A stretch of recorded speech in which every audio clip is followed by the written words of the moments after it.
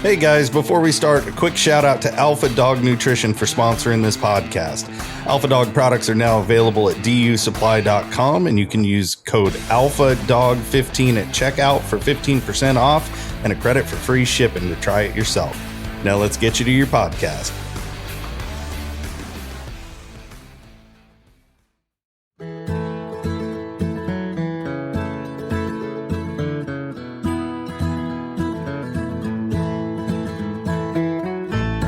This episode of Interviews, Stories, and Tells, Monday Night Live, we talk about some elk hunting, National Hound Association, eating bear. Obviously, we're going to talk about hounds, and there's always going to be some stories. Thanks to Value Pack Dog Food for helping us keep this podcast going. And don't forget to check out the Arizona Working Dog Alliance at azwda.com and become a member or donate today. Now let's get to the show. Bada bing. We are live, ladies and gentlemen. Back on a Monday. Back in the saddle again. Who do we got here? Minx 95, Bone Pile, JD Powell, Koss River Ranch, West Siberian Lycas, Jeremiah Flaw, Robert Chase. Benny won't come on with me. Robert Chase, he's mad at me, I'm telling you. Bill Herring, Robert Chase, he got his panties in a ruffle. New file upload. He goes on Wednesday nights with Chris, so yes. That's good. Because I'm not mean to him. Thins things out. I'm not mean to him. Yeah. I've been meaner to Chris than anybody, and he just laughs at me. Yeah. His wife will even make him call and apologize to me, and I said I didn't even notice nothing.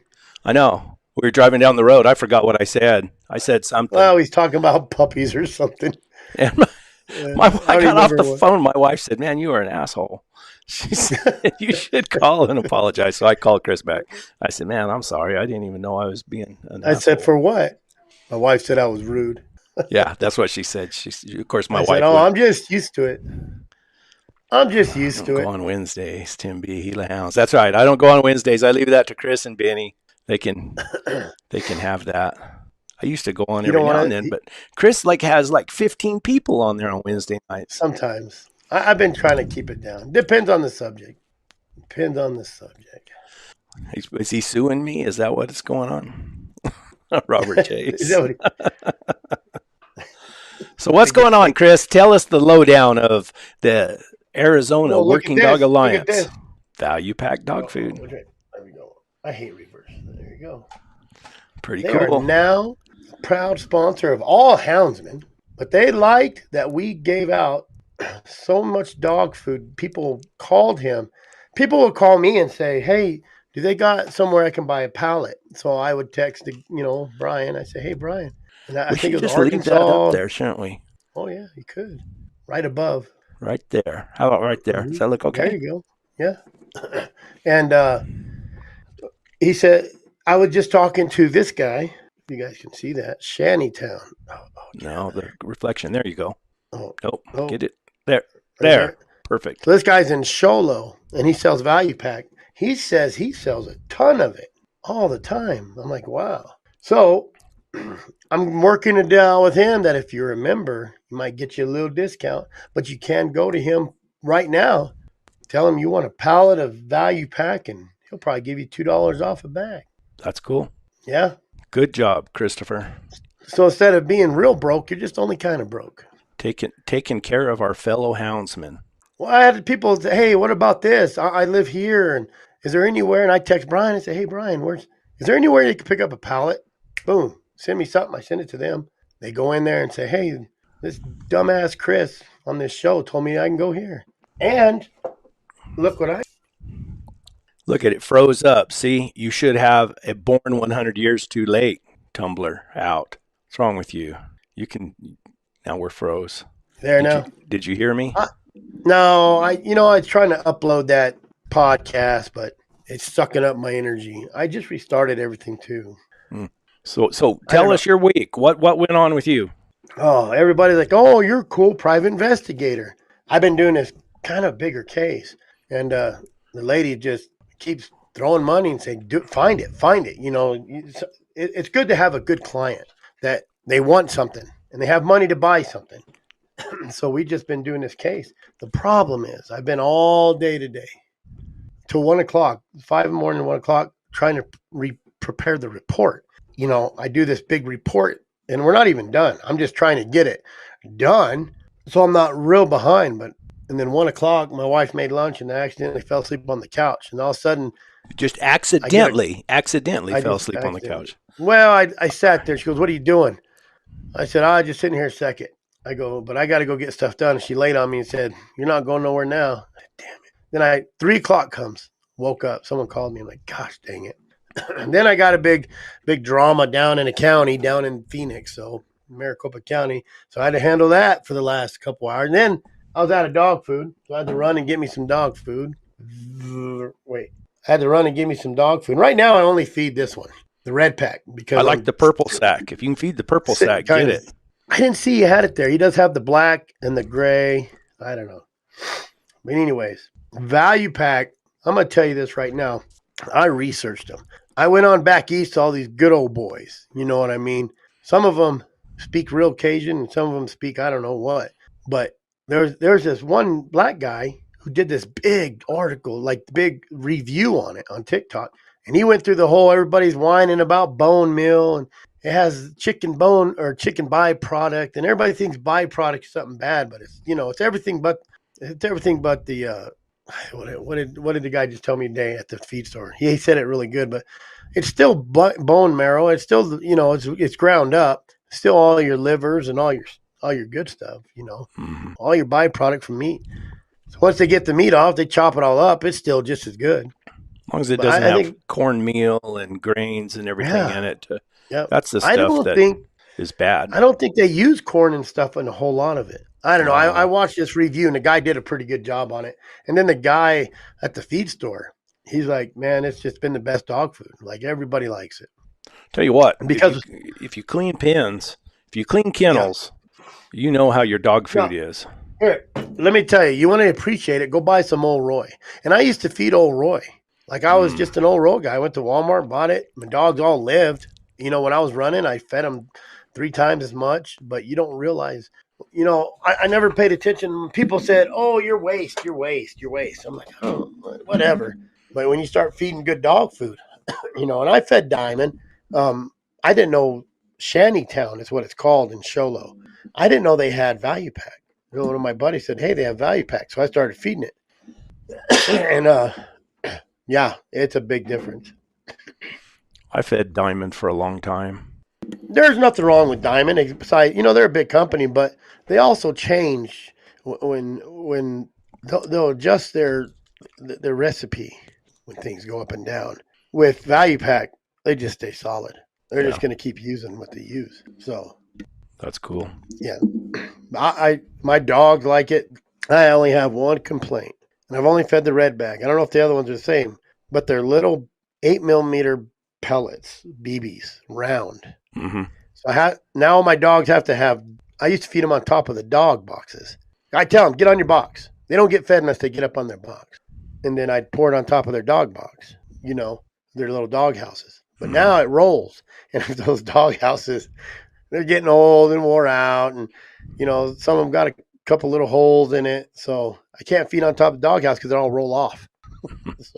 See, it works better for me because my kennels, I got slots built in my kennels and I got my dishes mounted on the side of the kennel so you don't have to open the gate every time. Yep. And it rolls out real easy. But we're finally getting some rain in North Carolina. Good. Maybe it'll rain real hard and flood my wife further away, my ex-wife. So, any other stories? What's going on? That's it. Just PI. I've been doing a lot of PI work. And then today's the last day where you can shoot any elk. So now it goes to bull only, which now they're dropping horns. So you got to kind of, I only got one elk. My wife got an elk. They're just not traveling. So I think Rick Cooley, if you're watching. Did you get him on did you get the elk on the golf course? Well, he came off the golf course. Yeah, not on it. My wife did.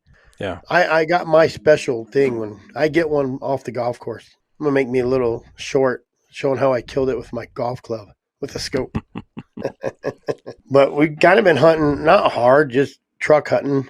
And Man, yesterday me and my boy went out truck hunting in the morning. I said, man, I'm sick of this truck hunting. So I'm not worried about getting him an elk right now till probably August. So I'll go out on my mule and bust them bulls up out of the beds. That's my goal. There you go. So Wednesday I'm going down for some public speaking to the Phoenix Predator Callers Association or whatever it is.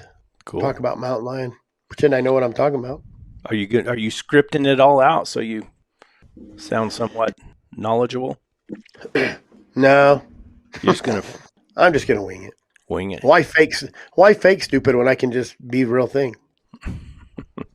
Yep. You know how it is. You know, we make people dumber. Why make people dumber just on the internet when I can go in person and after I talk, make their IQ drop? How much time do you have to talk? That's what I was trying to show you when it froze up. I have one for you. I have one. He left me one for you. For me, when are you going to get it to me? Probably pretty soon. Maybe sooner than possible than I think, because we have a guy, Daniel, who got a dog off a guy who got cancer. And he said if we raise $1,500 for the AWDA, give that dog to Madison.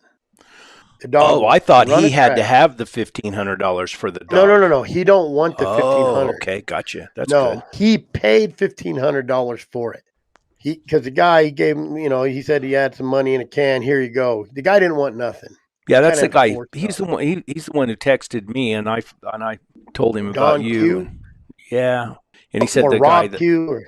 yeah, something like that. But no, I got hold of the guy Daniel, and he told me about he just sent me pictures of it too, actually. And it does have some. I sent you that pedigree. I think you sent it to me first, but yeah, I can put it up here. Let me see if I can find it. He did. Where did he? Oh, there it is. Let me download these. He sent me some pictures of the dog. He says you put that dog on a track, snow or dry ground, he'll go. There you go, Roy Q. Dog's name's Ringo. Well, Ringo. Photos. He don't use my Tumblr anymore. He doesn't do any promotion for me. I don't have a Tumblr. I gave you one? Yeah, my wife has it. Oh. She takes everything of mine. My hats, my tumblers. The coffee cup you got? Yeah, it's hers. Everything's hers. I don't even have my own. She takes everything. My sweaters, hers. Hoodies, hers. She wears my damn slippers. Sounds like you got a problem. Oh, I've been trying to get her to find someone else rich. I went and delivered some dogs this last weekend. Took 2 dogs to Santa Rosa.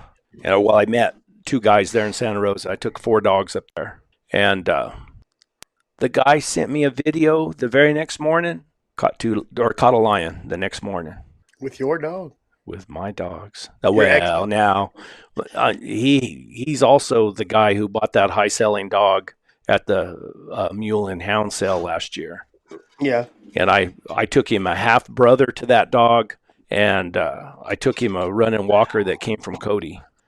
And then another guy, I mean, this is a perfect guy. I mean, he's out on a ranch. He's like 17 miles down a dirt road, and I took him 2 young dogs, 2 pups. But, yeah, it's pretty cool, though. He sent me the video. I said, I'll be dang. And I was invited to go hunt with him, but I had my wife with me, so I took her home. Good country, though. Really neat country over there. A lot of private land. You got to have permission on those ranches, but he's well known in the area, so he's got lots of permission, lots of country to hunt. We still got that raffle open for that Slash Ranch Hound book. How long is it going to be open? I don't know. I'll probably close it pretty soon. It's been kind of slow going. I kind of held off on any other Garmin ones. I think I sent you those pictures, but I'll send them again. It's a 1950s print book, too. It's not just... Sent you a picture of that dog, too. Is that I don't know if you... right there? Ringo.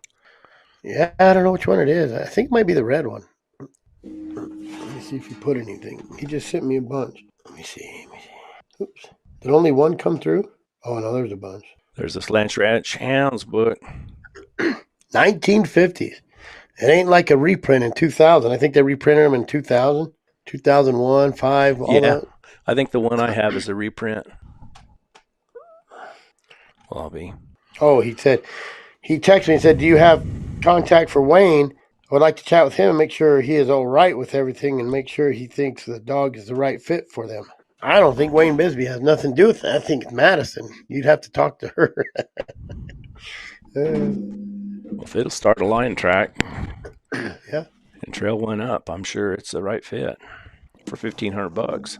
Yeah. Sounds like a pretty good deal. What is it? 6-7-year-old dog, something like that. Eight years old. Dog. Got 2-3 good years on it still. Just about right. Yep. Just about right. Oh, there's Madison now. There she is. So if we can get 15 people to throw in $100 or 30 people to throw in $50. I thought you already had some that went towards that dog. I have people said they will donate. I thought that's what Rick Dickerson. I thought he. No, that was for just Madison. Period. He said he'd do another one. I thought it was for the dog, is what he told me. Oh, maybe he thought it was for the dog. I don't know. I wasn't sure about dog yet. Still trying to get it. I just got it figured out. What do you mean? You just got it figured out? Well, I never talked to the guy until till last week a little bit. So wasn't even sure of the real deal. You know what I mean? We just had all the text messages, and then I finally called him. He told me about the dog and what happened. So I didn't even we talked about it last week. He might have sent some more too, but I know he called me and said that money was to go to Madison's little pile. Yeah, I thought he had said I was sure he told me it was for the dog. That's why he did it. But shoot, I think he sent that money before we even talked about the dog. You mean get him on and we'll find out. I just talked to him yesterday. I thought he was going to try to come on. He was. I don't know. He might be on. He lost his secretary, had retired, that helped him get on. So I don't know. He might be having a hard time. And I also sent Cody a message to see what he was up to. And I know he'd been down in Mexico hunting. Yeah, he just got back Sunday. He called me Sunday because I accidentally butt dialed him or something. Said he just got back from collaring down there. So he'd give me a call today, but I'm sure he had a bunch of stuff going on. Yeah, we do have that. What's that? No, Richard said we had that meeting April 11th for the Arizona Game and Fish, and it's kind of they're making it sound like a real big deal. The other side, I've had people send me some stuff to where they, I'll have to send it to you, to where they're putting out, all the thing to come help fight it. How the government's taking stuff away from them and blah blah blah. The state government is taking stuff away from. Oh yeah, because HB 2552, right? If that would have went through, they say that took away their right to petition the Game and Fish, their constitutional right. But who cares about any of our rights to hunt with dogs? Let me see here. No kidding. People have been sending me all kinds of stuff. Of course, then I got to find it. Oh, is that Brian? No. Might have been Gene. Gene sends me a lot of stuff. Anyways, they're sending out all their stuff, saying we're the bad guy as usual. I need to save those right away because I forget. I don't remember who sent it to me.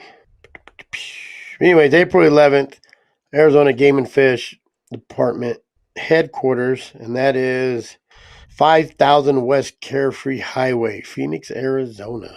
Be there at 7:30. We want a big line of, hey, there's Rowdy. Hadn't heard from Rowdy for a while. Figured he's just working.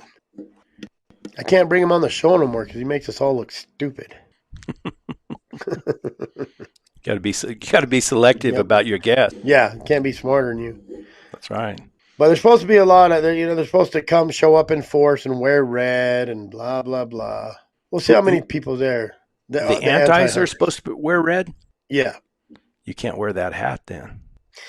I said we all wear red to really confuse them all. So they won't know the difference. Yeah. Yep. So cool. I need to find a CBD hat I can wear or a Mountain Lion Foundation hat. Really confuse them. There you go. Save the lions.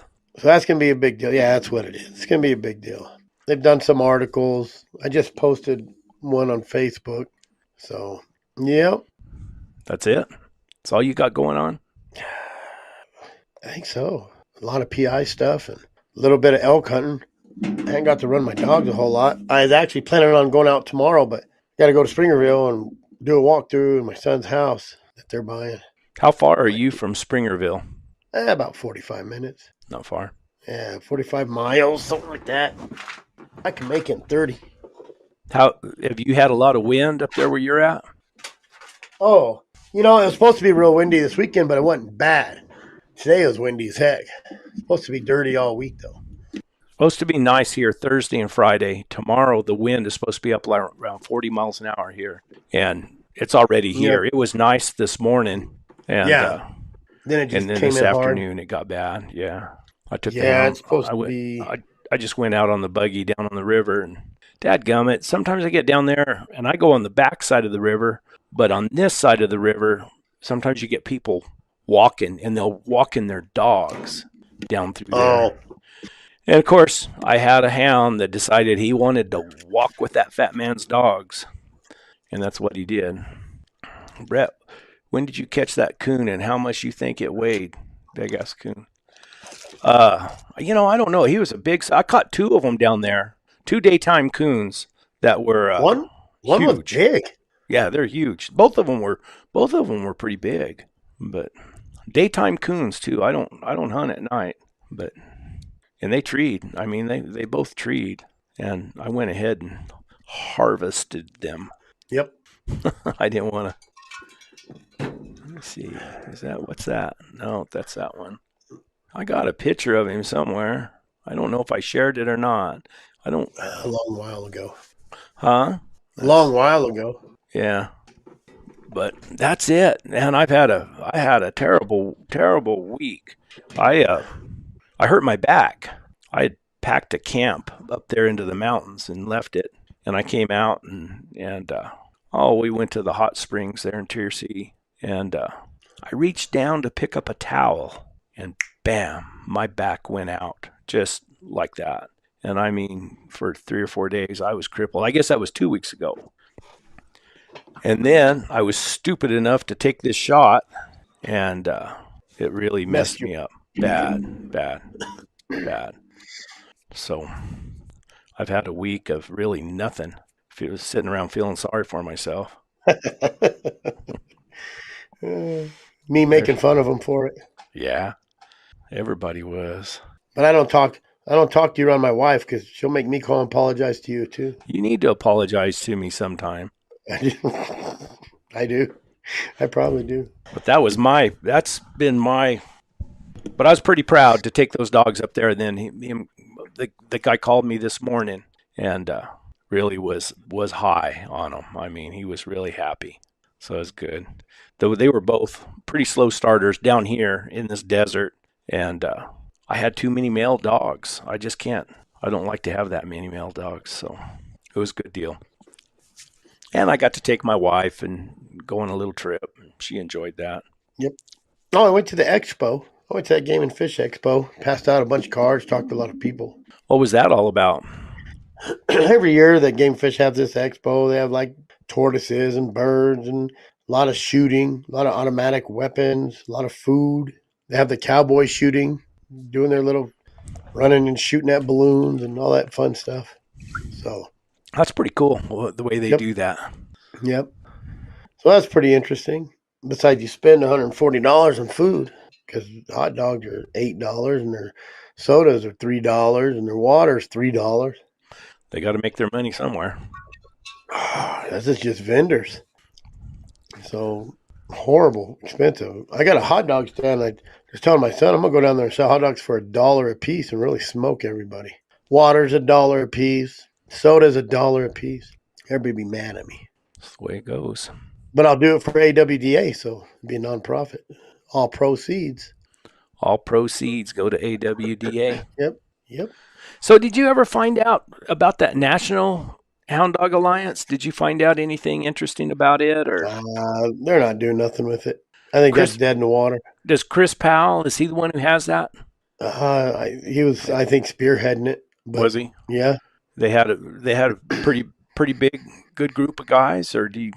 They had a big steering committee, but I don't think they had the support maybe or the financial backing Nationals takes quite a bit. Well, they have to have probably area guys like you. You'd think that if you had a national association like that, then you'd have like the Arizona Working Dog Alliance, New Mexico Working Dog Alliance, Idaho Working Dog Alliance, and that Well, they would all have their own chapters and then coordinate together. well, what it really kind of should be is they shouldn't have no personal members. You should have to be part of a group to be part of it. So you have to join like Arizona Working Dog Alliance or some group, whether it's even a bird group or any group, New Mexico Houndsman Association or Wyoming Houndsman Association, and then the groups join the National Hound. Well, So, basically, that's what I but was saying. yeah, but so then you have like we have 98 members right now. So the National Houndsman just gained 98 members, and maybe out of the 50 members or the 98 members, maybe we do instead of $50 a year, it's $55 a year. $5 goes to them. Yeah, you have to pay to be, or pay to them to be a part of that group Or too. well, or you just pay the $500 like association fee would probably Yeah. be the best way to do it. So you pay an association fee, but you gain their members. So you're like a dual member. And then probably have where you elect officers for the National Association that came from the individual groups or something. Ambassadors, yeah, you do like ambassadors for Arizona, or my theory was to break the United States up into four parts. You got Northwest, Southwest, Northeast, Southeast. Period. So But you you have still have to elect like a national, like the guy to ramrod the national. well, And yeah. they So should you be have elected. your board. You absolutely, yeah, you have your board, but then Mhm. you have your board members are your ambassadors to those states. So then you'll have your five members, right? You have your president, then you have your Northwest guy, your Southwest guy, your Northeast guy, your Southeast guy. So you got your five members to do any voting because some of these people have like a lot of voting members or board members, and I think five is the max you should have. Just the regular setup with the president and vice president, secretary Yeah, and treasurer. yeah. So that's how you should probably do it. And if you You did know, that, if you had a national organization, what I mean, what would their responsibilities be?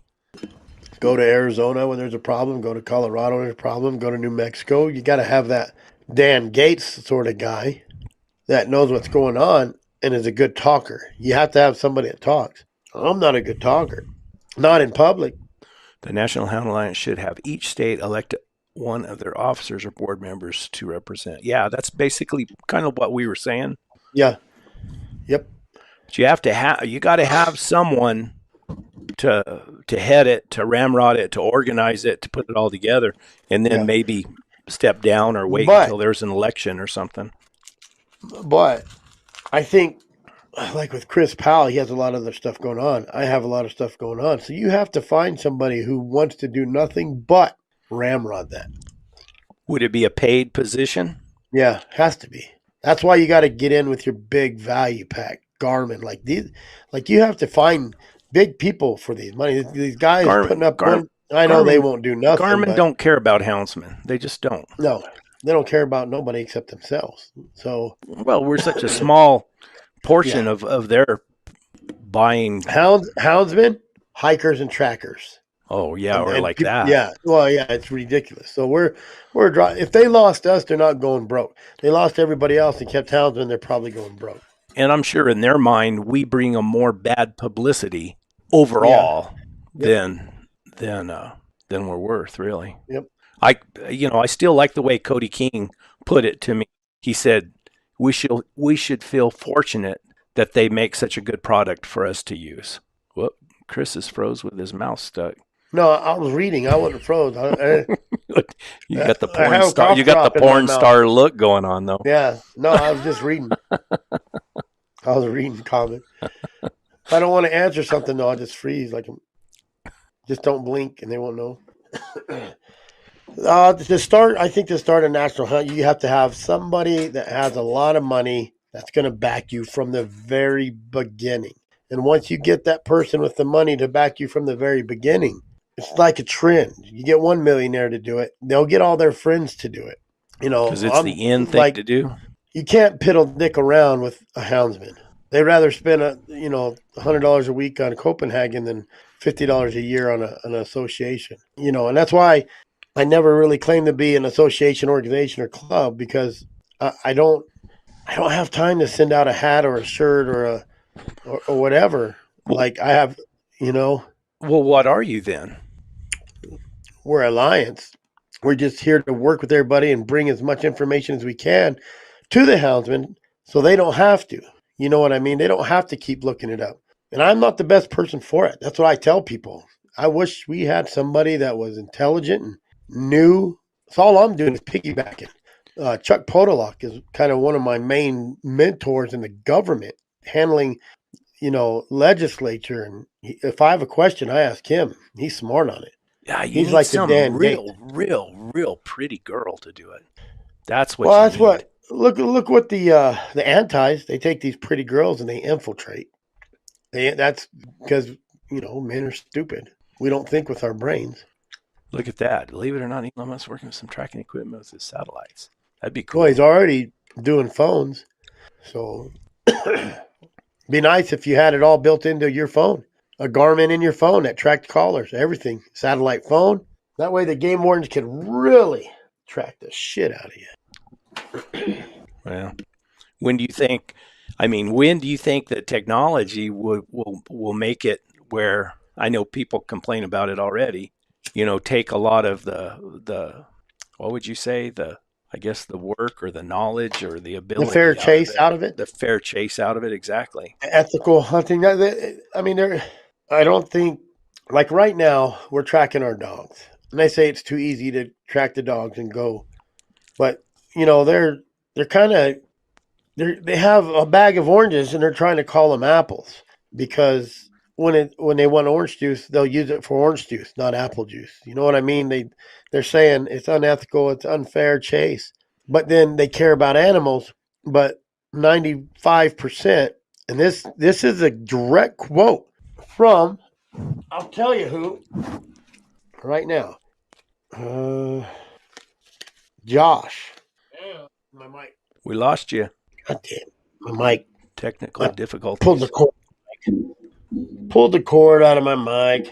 Anyways, from the Mountain Lion Foundation, Josh Rosano. I did not record it, which I wish I would have. Now you're like in a bad delay. No, I think I'm just taking my time reading. Can you hear me? No, you look like you're in a Chinese movie. Well, they'll get used to it. I don't know why it does that. There you are. Okay. So I was talking to Josh, who's the Director of Policy and Advocacy for the Mountain Lion Foundation. I said, 95% of Arizona houndsmen are pretty good guys. This guy said 95% of America's houndsmen are pretty good guys. And that's from the Mountain Lion Foundation. And when I kind of asked about Arizona, he kind of acted kind of ignorant to the fact of what was going on here. And these guys are from California. They came from California, so they might not really know too much. But I don't know.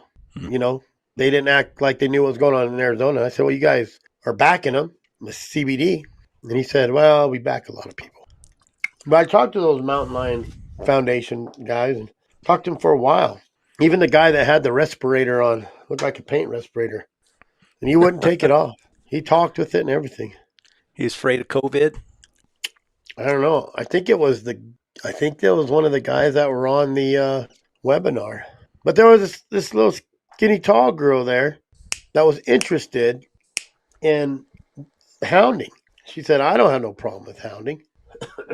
And I was talking to her. She actually was talking to the Panthera girl. I was kind of, with Panthera, you don't know about them. They kind of have their own little deal. But the girl I was talking to, the biologist, she was pretty intelligent. She knew what she was doing. And who is the Panthera? What are they all about? Lions, all kinds of stuff. Are they anti-hunting? Are they pro-hunting? Or Yeah, Elizabeth, that was the on the CBD. I think it was the guy who's kind of bald, with dark hair and a beard. He was walking around wearing a respirator. Well, let's see, Jim Nanny, my Garmin fish finder and trolling motor manuals are on thick and only 3 or 4 pages are in English. Now, I just seen something on those where actually, I think they're taking something to the legislature that you can't use those fish finders or anything for competition anymore or something. So there's the Pantera. Are they anti-hunting or are they pro-hunting? I asked Elizabeth about that because I wasn't sure. There's some stuff they get kind of ridiculous on, and there's some stuff they do a lot of stuff. I don't really know. The people we talked to weren't against it. They were there for the numbers. She was a smart girl, and she used hounds. They all had their houndsmen. Every biologist there had a houndsman, or the houndsman was a biologist. Bart George, I think his last name. I don't know. I bet most of them California. I bet most of them like that use houndsmen and have been around it. They probably are a lot more pro hound hunting than the others because they've been exposed to the real deal. Yeah. Yep. That's good. That's a good thing. Some of them people think it's okay. In California, you can run fox, deer, coon. You can't run bear, lion, or bobcat. Rick. So if you're fox hunting and your dog's trash on a lion, just oh well. Got to pull them off. After it's in a tree. Got to pull them off. After it's in a tree. Well, if it's at the discretion of the game and fish guy. If he wants to write you a ticket, he'll write you a ticket. How's he gonna know? He walks up on you and sees a lion in a tree, and you punishing your dogs. Bad dogs, bad dogs. Well, I mean, if you're there like petting your dog, saying good dogs, and he's out there listening, you're supposed to know what you're running, all that good stuff. Oh, you are. Who told you that? Well, that's what it's supposed to be. That's how it is. You're supposed to know what you're running. You're supposed to know what you're shooting. That's hounding 101, ain't it? Even if they're 2 miles away. Well, you're supposed to know what you're shooting, surely. Of course, I'm sure if you're running something and that game warden's following you and he sees a lion track like you've seen a lion track and he sees your boot print right over that lion track, he'll get you. But they do it all the time in Oregon, Washington. They treat them lions all the time. Those bobcat hunters. I think you run bobcat in Oregon, not Washington. Oh, I'm sure it happens a lot more than most realize. But Jim, they'll ban. Look at New Mexico. What'd they ban? Scopes on muzzle loaders. So instead of not going after the animal hunting, just like Colorado, they screwed up, right? They went after you can't kill a lion. They didn't go after dogs. Arizona, they'll go after dogs. So they test the waters in Colorado, and then they'll test the water for dogs in Arizona. California, they did it way back in the day where you can't hunt lions because they're endangered. But the numbers are back up. The bear numbers are out of control. There's no way to eliminate those bears in California unless they start poisoning them or just have someone nonstop. Do they have government hunters that go in and work with the problem bears? I don't know who does that. I mean, if they do, they're probably not allowed to talk about it.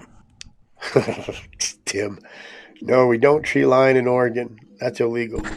Either way, the animal activists are going to keep gnawing on your leg until you move away. And that's what they do. They gnaw. And now they're coming after just the use of dogs. But the use of dogs is going to jump the lion up. It's going to jump the bear up. We're going to look like California. Of course, this last year, we only killed 21% in Unit 1 with dogs. Jeremiah Fly, do deer shot in front of hounds taste worse than regular? I wonder about that, too. If they like their adrenaline? I think we talked about, I had a deer guy on. Didn't we have a deer guy on here? What's his name? John. That old boy has that South Hound Hunting magazine. John Bush. I think I remember. Mark something. Yeah, I can't. I think we asked him about like when they get all adrenaline up, but they're back east. They know how to cook them. They know how to cook anything. They eat raccoon and possum. They can have it. I asked this Predator Caller Association. I said it better be a good dinner, and he said, "Yeah, it's going to be mountain lion." I said, "Well, don't tease me unless you're for real." And he goes, "No, I'm just kidding. It's coyote." I said, "Oh, I guess I'll try it." And he said, "Hell no." I went. I've ate lion, and I didn't even really like it. I'd like to say I did, but I didn't. I don't like deer much either, though. Elizabeth will have to say that. Is it California getting ready? They can hunt again with hound dogs, bears, and lions. Now, I haven't read into that too much, but I think it's more the pursuit of maybe hazing and tree and free. I might be wrong. Elizabeth, correct me. You always do. So I'm stupid. I forgot to ask Shorty Gorham what if that was us he was talking about. In that post when I seen him there he was at that line. What did he post? What let us in on it? What did he post? Remember when he said, "You ever felt dumber listening to someone else's podcast?" And we were kind of talking smack about it on the show, saying it's probably us. Oh, we feel dumber when we're talking about it. But I know there was legislature and there was word and verbiage hidden in all the paperwork. So they're trying to they need to just bring hounds back, period. That's what they need to do. When my wife walks in on a live show, it's like, oh, never mind. She has a drink in her hand. So that means the kids might be dead in my house. This guy, Tim B. I don't harvest anything I wouldn't eat. You've never had coyotes eating your calves or anything either, have you? Yeah. Yep.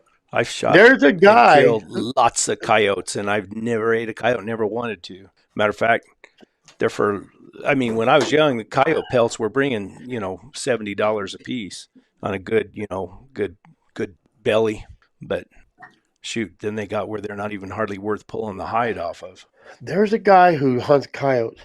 God, I need to get in the habit of saving this stuff.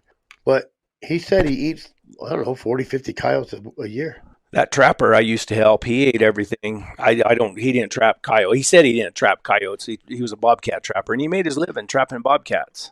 And I went in his house, and he had bobcat there cooking on the stove. He ate it all, but he lived like a church mouse too. He was a heck of a bobcat trapper. You know what? I was talking to a guy the other day, just kicking around some petition stuff, and I said, well, the guy who got me into it, this guy, he knew a guy with this name. And I was talking to a guy, and it wasn't his name. But when I told him the name, he goes, wait, who are you talking about? And I told him, he goes, that's me he's talking about. My nickname is this. I thought it was one nickname, but it was one letter off. So the guy I was talking to the other day was there that got this guy his lion that taught me hounds, who got me into hounds. So it's a small world. He just sent me a picture of him today. Him and the lion that guy got. Small world. It can be.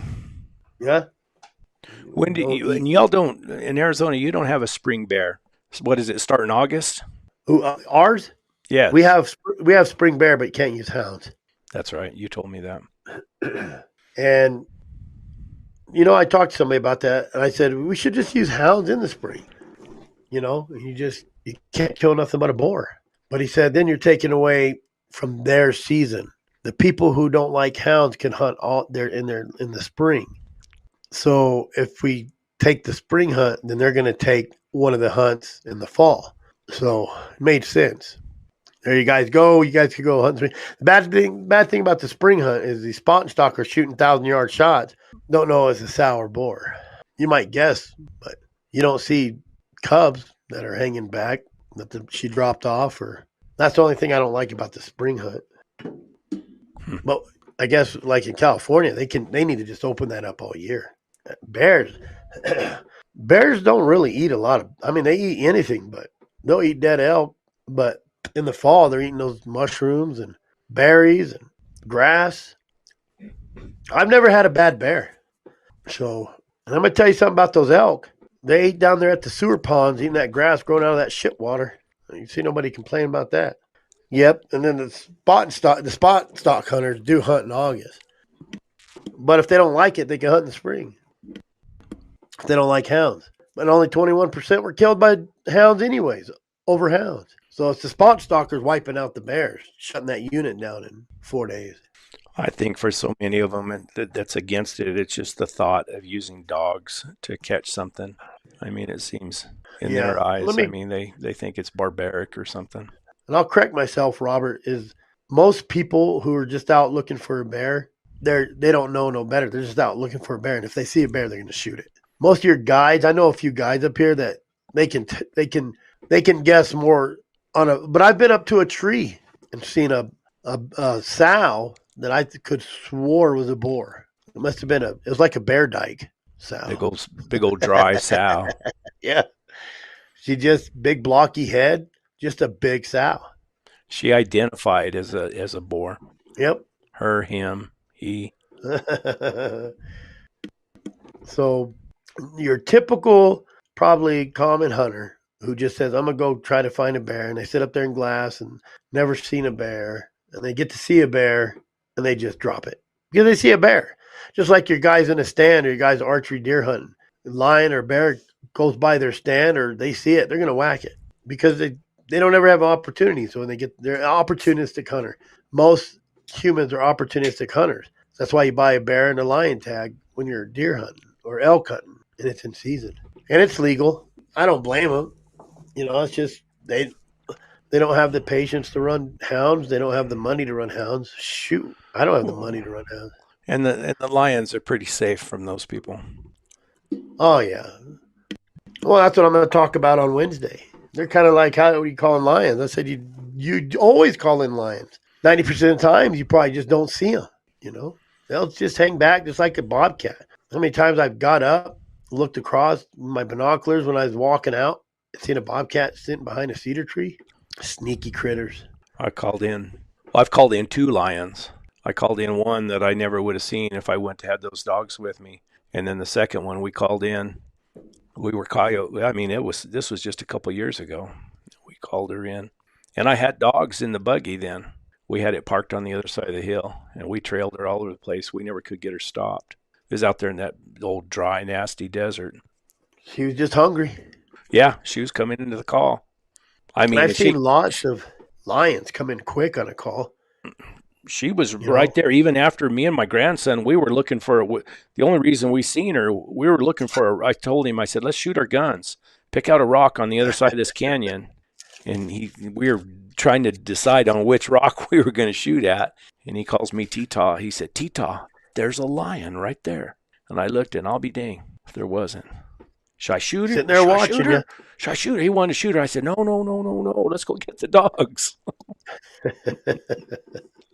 Yep. Rick, I eat every bear I kill. I get mad when people dump them bear. I tell them, bring it to me. I'll put them in a bottle, and I'll feed them to all the people at the rendezvous. And you won't even know it's pretty good stuff. I ate it. Enough spices, some alpato, good to go. Even my wife sometimes. Elk for sure. If I don't let her know it's bear, I can sneak it in a taco. I got the finger. What else do we got, Chris? Rendezvous, August 22nd. Going to be a good one. I bought a 20 by 40 tent at an auction. Got it for like $300. Wow. Kind of like the ones they had set up there. Yeah, Casey and Diane. Oh, okay. Have you heard from them? Yes, I talked to them. So they're just doing their ranch thing. So they're ready. They're ready to go. You guys can actually purchase your tickets for the meal at the rendezvous right now. $35 a plate, I believe. Do you have flyers going out, or do you have a website, or do you have anything like that? The azhhr.com. I still don't know why I can't leave comments in here. Just won't let me. How come? I don't know. I've never been able to leave comments. I can. I know. I don't know why it won't let me. Shoot me the link. azhhr.com. Text it to me so I can copy and paste. So I get it right. azhhr.com. Oh, it's going to send the whole link. It sent the whole flyer. Well, it says it right there on the bottom of it. Yeah, let me see when it comes up. Maybe I can just copy and if it ever comes in. You still got the crud? Yeah, a little bit. Not coughing as much. I think it's allergies now. Man, I got that shot and I take an allergy pill. It must have been bad. If I draw a speed goat tag, I won't be there.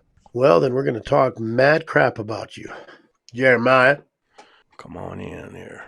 It's too much continuous hardwoods. They might eat some nuts. 100% more females than young boars get killed. Colorado. Average bear is only 125 pounds. That's a pretty small bear. Pretty small bear. Yeah. I don't know if I kill anything that small. 150 pounder is probably decent bear. I try to get them 200 pounders if I can.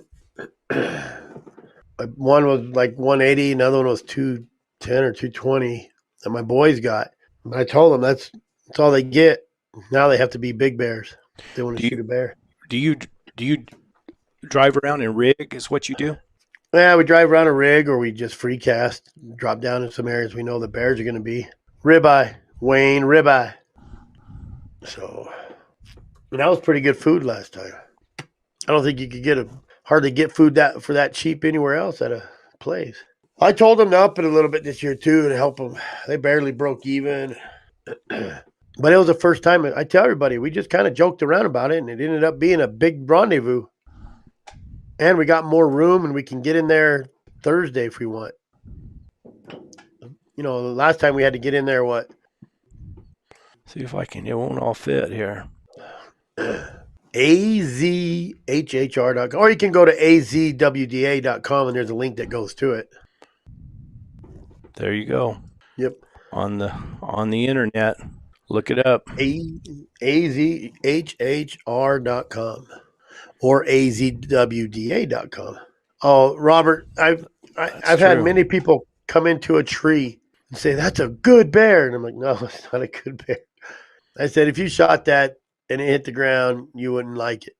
You'd like it because it's their first bear. But I'm going to tell you right now, it's just a big German Shepherd up in that tree. It ain't very big. Do you guide light or bear hunters at all, Chris?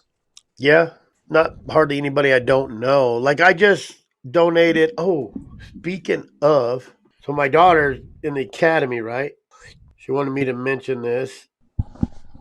They got me download this. I'll send you some. She wanted me to mention this. So they do these raffle fundraisers to make their class some money, which is a good thing if you're in Show Low because if she pulls you over, just tell her you're one of the people that supported her. Maybe she let you off a ticket.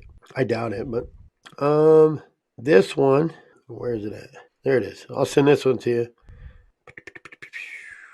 I donated black bear hunt so she could raffle it off, and everybody was stoked about it. They couldn't believe it. So I had to send her a bunch of pictures of my bears so she could show everybody. Northern Arizona Regional Training Academy Class 58 is raffling off a 3-day guided all-expense covered black bear hunt. $2,800 value. The hunt will take place in Unit 3B, Unit 1 of the White Mountains of Arizona with Arizona guided hunting. Is that you? Yeah. You're Arizona guided hunting? Yeah, I'm both. Orion Guide Service and Arizona Guided Hunting. That's my website, ArizonaGuidedHunting.com. Do you get to take quite a few people? If I want to. I don't. Mostly it's people I know, like friends of people or somebody I've already took before. They'll ask if I want to take somebody, and I'll take them. How come you don't do more of it? I don't like guiding. You just don't enjoy it? I'm not a nice person. I don't pretend to be nice, but most people that go with me, I give them such a hard time. They want to come back for some reason. I've made some people cry, but don't be stupid. Don't be stupid, and I won't be mean. How's that? I have a girl that's been hunting with me for, 20 years, and I think I made her cry every year. I think she's finally over 40 now, so she learned how to handle me. It's nice, Rick. I was there last year, and it was nice. Weather was perfect. It will be warm in the day and chilly at night. Me and my wife camped in that rooftop tent. No problems. Oh, yeah. Yep. At the rendezvous. It was actually pretty decent. It was real nice. It wasn't even that cold at night. No, it was beautiful. Yep. Beautiful weather. Yep. What else? Anything else? I'm tired tonight. I know. You look tired tonight. In Arizona, if you want to do, or if you're out of Arizona, you want to just come to Arizona, we do let me send you another thing here. We do the hound trials. Now, to me, I'm not a big hound trial guy, but if you have kids or if you have a neighbor or if you have somebody that don't hunt, take your crappiest dog that can be handled, whether you win or not. Let them kids handle it. Let them take it to the line. Let them let it go, whether it comes back or not, whether it makes it to the tree or not. It just gets those kids. My boys like to bring friends, and they love handling the dogs. Love handling the dogs. Where they use caged coons or? Yeah. Yep. We do a water race. We do a bear drag, a line drag, coon drag, 100-yard dash, and some treeing stuff. So Let me find this. I'll send it to you. You can post that real quick. There's 4 of them in the year, and the August one, they have huge auction. Huge. I mean, big stuff. Garmin's, bedrolls, sometimes the Traegers, just all kinds of stuff. But if you become a member, it's like $25 membership for the family, for the summer there. Every time you show up, you get entered in a drawing, a free entry for every family member that shows up. Here it is. Robert Chase, good. Colorado green chilies. I lived in Hatch for 20-something years. That's where the good green chili comes from. Oh, that's the big fight. Remember, he said his was better. No. So I'm gonna be busy as heck in August, Rick. So August, second weekend is Bear opening. That third weekend is the rendezvous, or is the Hound trials, and that fourth weekend is the rendezvous. So yeah, Busy. It'll be a camping fool. Yep. I'll probably stay out. What's crazy is usually in the August hunt we stay out for the week. So I'll have to pack up camp probably Thursday, come home Thursday night, take a shower, and then Friday morning head down. How do you start the dogs on the water race, Chris? Just hold them on the line, and blows the whistle. They start dragging the coon across on a cable, and you just let them go. That's it. We draw a line in the sand. Pine cones or Colorado spice. D. Vic, little late, maybe too late. Brett's getting tired tonight. I'm getting tired. Still recuperating from his shot. Oh, shit, that was the worst thing I ever did. Never do that again. No. That's terrible. I wonder how many cases are out there like that. They don't tell you none of that stuff. No, I did the research after I took the shot, and there's a lot. I mean, a lot. Chris will pick you up at the airport, Jared. Get here early enough, you can ride up with my dad. It's his deal, so he's shuttling people from the airport. Take a Uber. Oh, Steve, it's a long story. Let me tell you the story. I'll tell you the story since I. Are you going to tell them what it was? Since I haven't talked much tonight. See, I hurt my back. My back went out, and it wouldn't get better. And I mean, it was bad. I couldn't even hardly roll over. It just bring me to tears. So finally, my wife, she got. I was going to say you would have laid there and died. But Tammy makes you. She said that's it. She took me to the hospital. So we could have gone to the clinic. She said, but let's go to the hospital. They'll get you in right away. They can do everything right there. So we went to the hospital like 9, 10 o'clock in the morning, went to the emergency room. They got me in there. We got good insurance. So they got me in there and x-rayed, and then they did the CT scan. And then later on, they sent me through the tube and did the MRI. And then they took me to a waiting room upstairs. And we waited there. And what was bad is this doctor that we had, she was a real nice lady, just was always real jovial and joking and laughing and being real friendly. Then when she came to meet us after the MRI, I mean, she was like sad. She's almost like had tears in her eyes. And she said, we're going to admit you into the hospital and keep you here overnight. I said, what? I mean, why keep me here overnight? And they said, we want you to meet with the what do they call him, neurological surgeon, whatever, in the morning. He's going to come by and visit with you. So I'll be dang. So they moved me to a room up there. And let me tell you what, I wasn't very happy. Well, the surgeon was still in the hospital, so he came by to see me. And he took me back there to see the MRI. And the MRI did look terrible. It was awful, where my L4 disc was bulging and pinching all those nerves in my back. And he said, I've got a place. Hey, you can leave a comment, see? On my phone. I had to do it on my phone. He said, I got a spot open tomorrow at noon. I can operate on you tomorrow and fix you. And he said it's going to be a 6 to 7 week recovery time. And I said, no. I said, I'm going to wait. I'm going to check out my options and everything. So they gave me some pills and stuff to take, and I got home and I got to researching it. You know, what do you do about a bad back with different things, whatever. said one of the easiest thing you can do is lose, it's not easy, but lose 25, 30 pounds. That takes a lot of pressure off your back. And I'm a big guy. I carry a lot of weight up high. And I knew my son-in-law works for Conoco. And when he was out in the field all the time, he was all right. But then he got moved up, he got promoted and everything, and he got an office job and got where he was riding around in a pickup all the time and not doing any work. And he gained like 40 pounds. Well, he took this shot called Ozempic. And you give yourself a shot once a week. And he lost like 60 pounds. So I told my wife, I said, that'd be easy, man. I'll take that shot and I'll start losing weight and my back will be better. So we went to this place called Be Well, Get Well Clinic or whatever, and they check you all out and everything. Then they'll sell you the packet of those shots, and they give you a shot while you're there. They give you the shot right in your stomach. It's just in the fat of your stomach. And let me tell you what, that's the worst thing I've ever done in my life. I got where I didn't even care if the sun came up. I was totally depressed. Like I tell everybody, shoot, I watched a YouTube video that was just a little bit sad, and I cried like a baby, big old tears in my eyes. It was terrible. I told my wife, I said, man, there's something wrong with me. Everything's bad. I had no motivation. I didn't feel like doing nothing. So then, of course, I got back on the internet and I started doing research, and that can be, for some people, one of the side effects. Is that it messes with your brain, and it's just now wearing off on me. I'll never take that thing again. I don't need it. I just thought it would be an easy fix, just a way to cheat it, really. But I just kept sending them pictures of little puppies.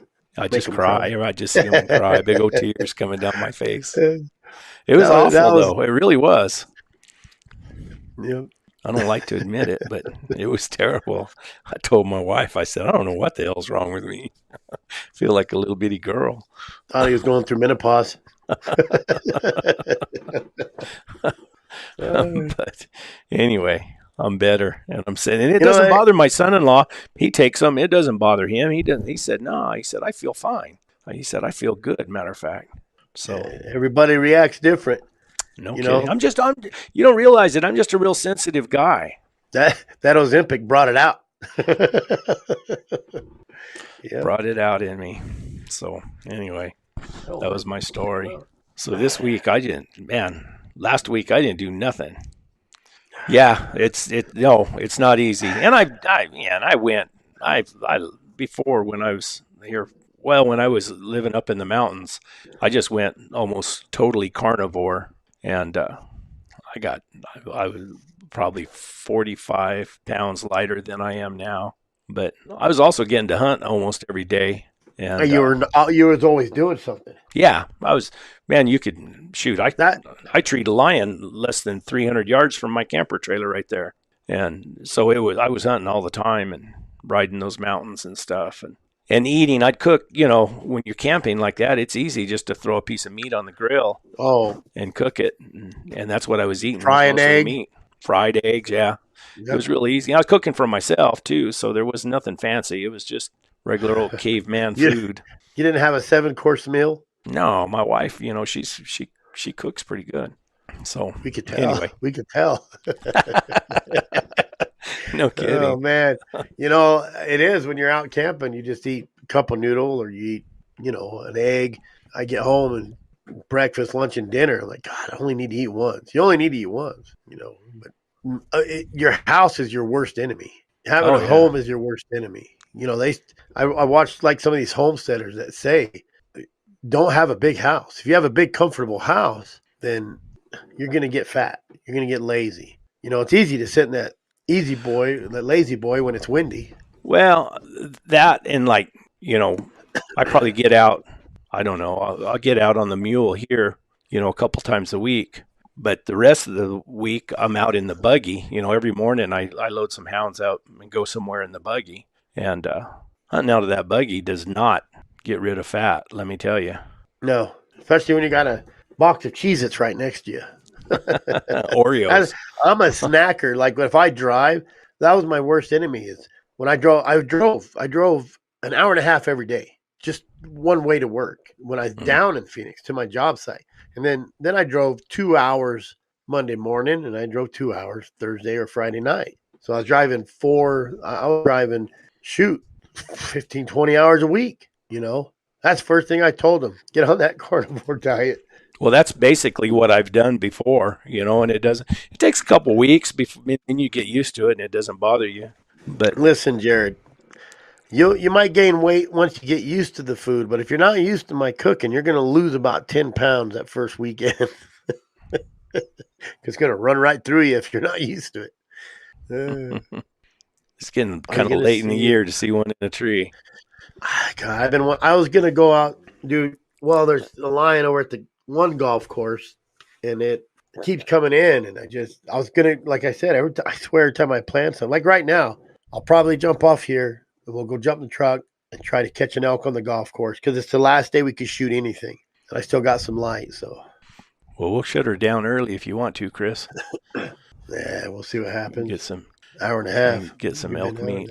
Yeah, I got 3 more tags to get, and then Rick wants to come out and hunt in August, and that's cow only, but they'll probably be around. We didn't get no snow this year, so these elk didn't come down. People tell me they're still at 10,000 feet. They're up at 9,000, 10,000 feet still. So if there's no snow, they're just gonna stay put. So yeah, it's dry here. I mean, dry. I've hit in the buggy. I've hit all these little places that I know where the lions cross around here, and I hit a lion track here about a month ago, back up here behind the house, and trailed him for 2 days, or trailed her for 2 days, and never could get caught up. And usually I can, at least down here on the river, they come down through there from time to time, and there hasn't been nothing. Yeah,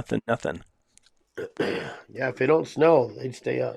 And then I packed a tent in. Into some good country up there and left it, set it up and left it.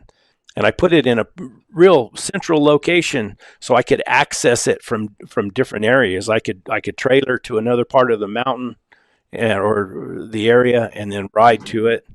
And that was right after I packed that tent in is when I hurt my back. So I haven't been able to go back. Off, just lifting off your pack and stuff, or no? I went to the restroom and there was a towel laying on the floor, and I reached down to pick up the towel. I never will forget. I reached down, but I reached down across my body with my right hand, and I mean, right then. After you and Tammy were at the hot springs, what a coincidence. There might have been a little bit of activity prior to that. There's always good action, but sometimes that reaction will get you. I love bear hunting, Nicholas. I love bear hunting. I think it's just because I love line hunting. I love being on my mule by myself out there not catching shit. But I tell you what, bear hunting to me is like the family thing you do. You got a bunch of feral kids in your truck that are crunching Cheez-Its and in your seat, and if you look inside my truck, there's these big dark stains where they dump out all the oils to the clams or the oysters right out my window, and it just goes to the back. Dogs have their heads hanging out trying to lick the air because it's splashing everywhere. So I think that's kind of our family. Lion hunting, I'll take someone with me every once in a while on a mule, and then just to follow me around. But I don't know. I hear a lot of people are just like, Derek. He's real fast paced. You don't like the patience part of it. You have to be a dry ground lion hunter to. You're a dry ground lion hunter if you don't care you catch something and you're just out there doing big circles. It's like putting together. You either got a 4-piece puzzle you're putting together like a bear hunter, or you got a 10,000 piece puzzle you're putting together, and it just takes a lot of patience and time, and to find the puzzle pieces to get it to put together is what's the hard part. Just slow going. I just love, riding through the country and with those dogs on the ground, and they're out, my dogs stay pretty tight to me. They don't range too far. You watch him, and Booger goes over there, and you watch him. Man, all of a sudden that tail starts going like that. Tail goes like that, and he's smelling. That tail goes like that, and he's working. All of a sudden, he gives that bark, and then the other dogs go to him, and then pretty soon, what do they say? You could just throw a blanket over them. They just they start moving down through there. And it's like you said, it's real slow paced. You just get to stay right there with them and watch them work. I love to trail. That's just, Yep. Don't know why. I think it all comes back to what Henry McIntyre told me in the 80s when I went down and seen him. I said, Mr. McIntyre, how do you hunt lions out here? He said, I put good dogs in the ground in good lion country, and I make big circles. And I thought, man, of course, Henry McIntyre he's like one of those guys that were like the legends we all look up to. Yep. Of course, they did a lot of things that people don't know, too, that probably weren't exactly kosher.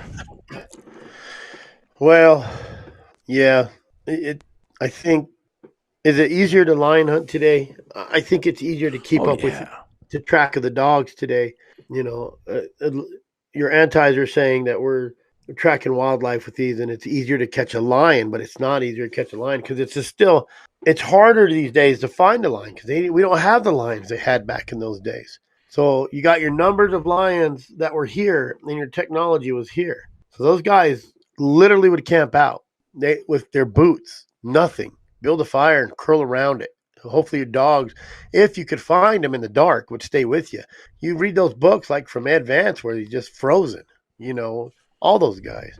Most of your guys today, not that they could not handle it, is they won't handle it because we do got the good jackets. We got the good boots. We got the good pants.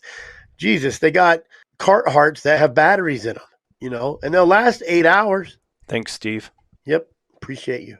And they'll last for 6 to 8 hours. So if you're just out there walking with your electric Carhartt on or whatever, and you're warm, your battery socks, and you get stuck out there, at least you build that fire and you kick on that vest when you're falling asleep. You have a heated vest. Those guys didn't have none of that stuff in the day. Well, and a lot of the real successful lion hunters, where it's legal, I suppose, they're using those cell phone cameras. I mean, and I know guys who have lots of cameras out, and man, using them where it's not legal. yeah, I'm sure it's done, but it sure makes it easier. I think they should have a training season for hounds in the summer that you can use cell cameras and train your dogs. But once August 1st shows up, your cameras have to be out of the field by August 1st or whatever what I mean? Whatever the season is.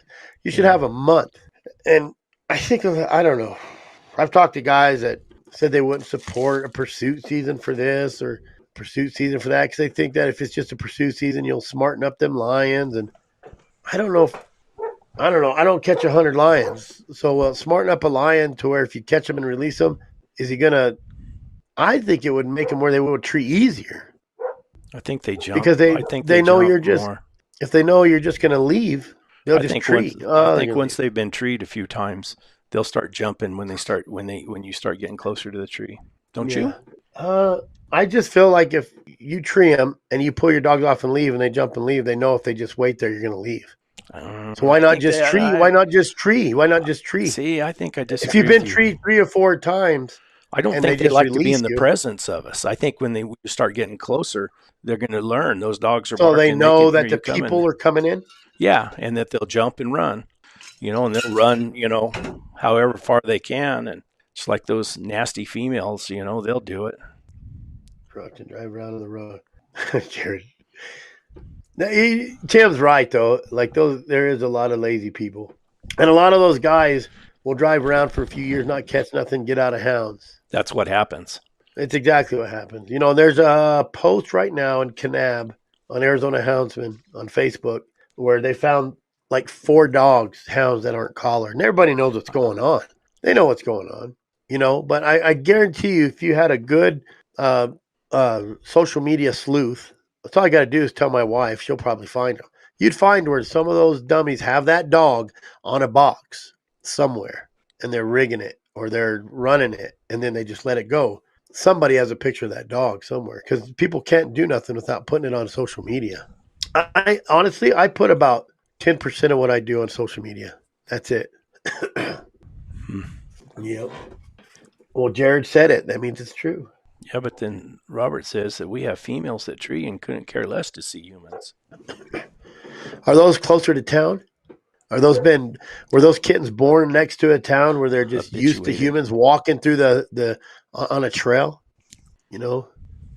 Who knows? Yeah. And he did do that. Bart did that hazing thing to where it got to the point where if they even heard something, they were gone. So you're probably right. They get too much pressure on them, and then they're harder to tree. Especially that female, huh, Jared? Jared had a female that just ran him ragged. I caught one female 3 times with 3 different sets of dogs. And the last time I caught her, she was starving. She was skinny. I called a friend of mine, and he came down there and shot her. Tagged her. He wanted a lion for his couch. Yep. Put her out of her misery, that one. Put her out of her misery. Yep. I caught a tom 2 times. I caught him in a cave hole and then came back the next morning and started him right from that cave hole and trailed him up again, caught him on a bluff. But that was fun. The female wasn't that fun. She wasn't that good.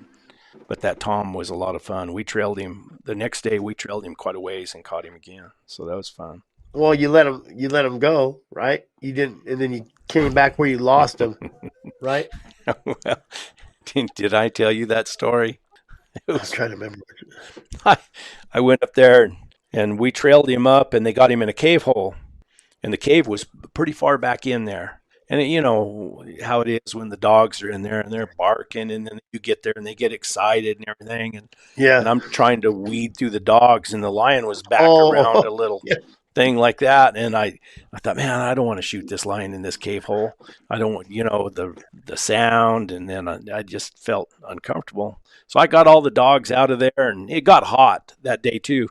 And the dogs went and they laid down under some trees and everything over there. And I got up above that cave hole and had my little 30-30 Winchester. I had one in the chamber. And I sat there and I thought, I'll just wait. That sucker's going to come out of that cave eventually. And when he comes out of that cave, I'm going to shoot him because he was a nice tom. And I sat there and waited and got about halfway asleep. And then he came out. And when he came out, I got excited. And all I had to do was just drop the hammer, bam, shoot him. But I tried to chamber another round. And when I went to chamber another round, my gun jammed. And there he went. And I thought, son of a gun. And then I realized I'll just come back here early tomorrow morning and I'll start him right. And I thought, what a good test. What would it be? 18 hours, 16, 18 hours later in dry, nasty desert conditions. And so I brought the dogs back the next morning and started them right there and trailed him up the canyon, trailed him up on top. He went down a rim, trailed him back down to the canyon. He went up the canyon ways. Then he circled way back around, and they jumped him back over there in another canyon and then brought him back almost straight across to where we'd put him in that cave and got him on a bluff up there. But I was kind of proud of that one. Yeah. That's the good thing. We know you can come back the next day and start that lion. And that's... How many hours was it? 14, 15? 16 hours, I think. Yeah. When he left, and I got there the next morning. But also, that's the difference between somebody who just wants to kill a lion and the excitement of, getting your dogs and testing your dogs and seeing what they can do. You mean someone who tried to kill a lion and has to come back and try to kill it again?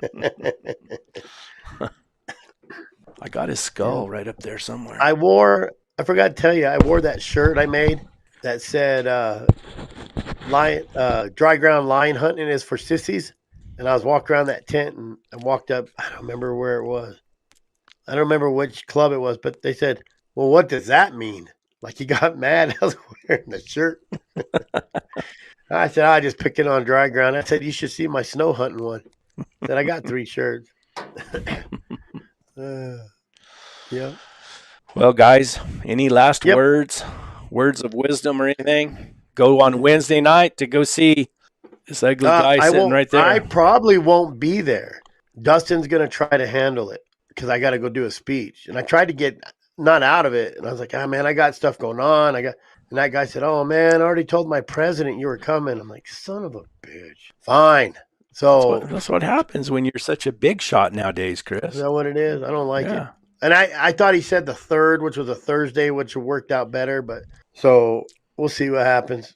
Maybe I'll get out of there and get on early. But I'm going to see if it's going to be at the wrath of Jared and Derek and Dustin. Sorry, guys. I don't know what's going to happen. So whatever happens, it's not my fault. They're even taking me to dinner. Just a big dog nowadays. Guess so. Either that or they're trying to kill me.